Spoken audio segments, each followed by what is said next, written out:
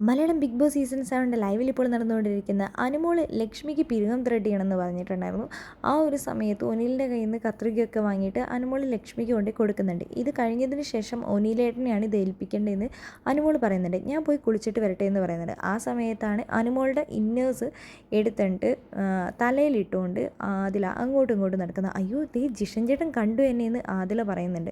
അങ്ങനെ വരുന്നു അനുമോൾ പറയുന്നുണ്ട്, ഇത് ഭയങ്കര ബോറാണ് ആദില നീ ഇങ്ങനെ കാണിച്ചുകൊണ്ട് നടക്കുന്നത്, ഇങ്ങോട്ട് താന്ന് പറയുന്നുണ്ട്. ആ സമയത്ത് നൂറ അവളെ സപ്പോർട്ട് ചെയ്തിട്ട് ഓക്കും അത് നാണക്കേടാവും, അത് വേഗം പോയി വാങ്ങുക അനുമോളെ എന്നും പറഞ്ഞുകൊണ്ട് അനുമോളെ പറഞ്ഞു വിടുന്നുണ്ട്.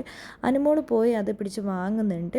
അനുമോളോട് പറയുന്നുണ്ട്, അനുമോൾ ആദിലനോട് പറയുന്നുണ്ട് ഇതൊക്കെ ഭയങ്കര കുറച്ച് ഓവറാണ്, ഭയങ്കര ബോറാണെന്നൊക്കെ പറയുന്നുണ്ട്. പക്ഷേ ആദിലതൊന്നും മൈൻഡ് ചെയ്യുന്നില്ല. കാരണം ആദിലേൻ്റെ മനസ്സിൽ ഒറ്റ ലക്ഷ്യം മാത്രമേ ഉള്ളൂ, അനുമോളെ തകർക്കുക എന്ന ലക്ഷ്യം മാത്രമേ ഉള്ളൂ.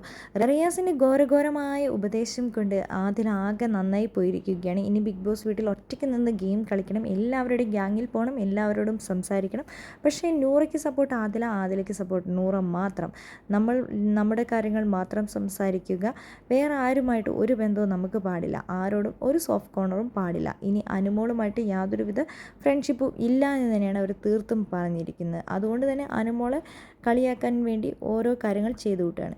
ഇന്ന് റിയാസിൻ്റെ മുമ്പിൽ ഞാൻ നിന്നോട് പറഞ്ഞ പല പേഴ്സണൽ കാര്യങ്ങളും നീ എടുത്തിട്ടിട്ടുണ്ട്, അത് വളരെ മോശമായി പോയെന്ന് അനുമോൾ ആദിലയുടെ മുഖത്തോക്കി പറഞ്ഞിട്ടുണ്ട്. എന്താണെങ്കിലും ആദില കാണിക്കുന്ന കോപ്രായങ്ങളും അതേപോലെ തന്നെ ആദിലയുടെ വൻ പ്ലാനിങ്ങും പ്രേക്ഷകരായ നമ്മൾ ഓരോരുത്തരും കാണുന്നുണ്ട്. ഇതിനെക്കുറിച്ചുള്ള നിങ്ങളുടെ വലിയൊരു അഭിപ്രായങ്ങൾ നമ്മുടെ കമൻറ്റ് ബോക്സിൽ കമൻറ്റ് അറിയിക്കാൻ മറക്കരുത്.